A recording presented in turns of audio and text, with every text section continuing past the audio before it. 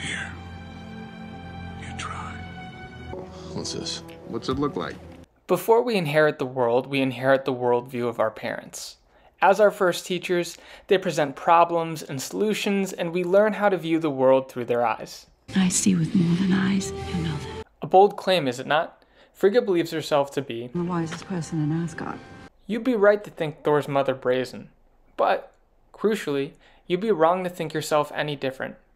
Every decision we make, no matter how big or how small, is rooted in a worldview. We think the world to be kind, or cruel, or chaotic, or indifferent, and our actions are a response to this framework. In this way, our everyday lives are laden with an audacity, a belief that we have the answer for the problems the world throws at us.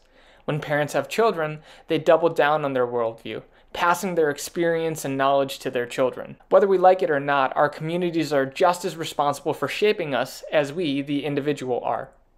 Therein, to truly understand who we are and the world we inhabit, we must venture to understand their influence. When we're young, our parents play the role of gods. We depend on them for life. They feed and nourish us, but more than life sustenance, they give our life direction. As if directing a play, they determine our family roles, and we act them out across the life stage of childhood. They have the power to speak lifelong themes and character motivations into existence. I didn't do it for him. I didn't do it for him. They, more than any other person, get the most say in what tone our childhood takes on. And so, at bottom, they are culpable for the family drama that bridges our childhood and adulthood. Do we trust their direction? Are we so sure that they know the right questions to ask? Whosoever holds this hammer, if he be worthy, shall possess the power of Thor. I'm not convinced Mjolnir is a gift so much as it is a curse. It bashes across the 9 realms, haunting Thor, testing his worthiness, goading the hero into performative heroism. How unkind the question is, am I worthy? I'm still worthy. It's ironic that Thor's father claims, Its power has no equal. As a weapon to destroy, or as a tool to build. because in the quest for worthiness, Mjolnir ravaged Thor's self-worth. Now, the question of am I worthy is not a kind question at all. There are only 2 possible outcomes to that question. On one side lies failure, who keeps the company of anxiety and self-loathing and resentment. When we fail to earn our worth, we internalize judgment. Why did you ask the Asgardians down there how much my help is worth? But the grass on the other side is still green with envy. Should we pass the test, we externalize our judgment, inflicting it upon those around us. We love to point out why others fail because it bolsters our own worth. Oh, please be my guest. We rationalize that that person failed because they have nothing special about them, or that person's not intelligent enough and is weak for depending on others. It also bodes well if someone has a strength that pales in comparison to ours.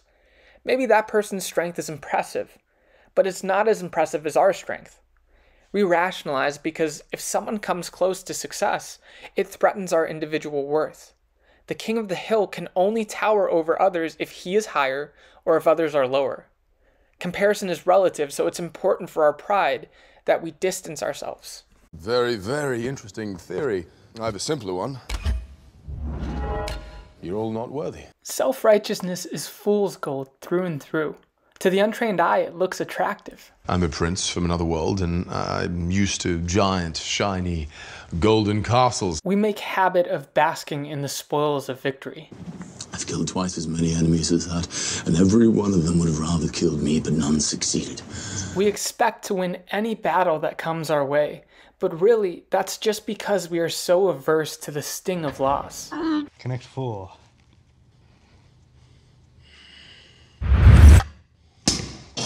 He's massively out of touch. For 1,500 years, Thor has been the biggest kid on the playground. But Thanos changed that. With the press of an axe, Thanos made a god bleed. He might have penetrated Thor's chest, but he was only pressing the wound of Thor's childhood. Odin's words cut much deeper. You are unworthy of these realms, unworthy of your title! Thor might fool you with his bravado, You're all not worthy. but self-righteousness and self-pity are not so distant, as they are both motivated by insecurity. You're unworthy of the loved ones you have betrayed. The implication of this damaging worldview are that Thor can only have a seat at the table if he earns it. False truths such as these may be accepted in the kingdoms that we build for ourselves, but they don't convert to the real world. In Asgard, these coins are worth a gazillion human dollars. It doesn't matter how much you invest in a lie. There's a gazillion, you're rich. There's a gazillion. Gazillion. At the end of the day, all lies are counterfeit. I can't pay rent with these things. These Asgardian coins, they're not worth anything. So look, for those of us who were unfortunate enough to inherit a faulty worldview, it may take some recalibrating. But the alternative, a life lived chasing after a lie, is no consolation. It leads only to self-destruction. When we make ourselves out to be gods, it can be surprising when we are humbled. What'd you do? Gods, by their very nature, shouldn't bleed. They should be above human suffering. Hide behind your greatness all you want, but heed the cautionary tale of Thor's journey. Because when failure disrobes us of our successes, we need not question our worth. I'm not supposed to be like everyone else, am I? Everyone fails at who they're supposed to be, Thor. The measure of a person, of a hero, is how well they succeed at being who they are. We do well to heed Frigga's advice here. We do well to accept the people we are rather than work to compensate for the people that we are not. Maybe then, other people's successes wouldn't threaten our own self-worth. I knew it. Maybe then we could loosen our grip. Although Loki was speaking to Thanos here, he might as well have been speaking to Thor because Thor failed to prevent Loki's death. You will never be a god. To conclude, though the humanizing of Thor often gets played for jokes, What do you think is coursing through my veins right now? Cheese whiz? we can count all that we do as trivial if we do not first come to terms with who we are.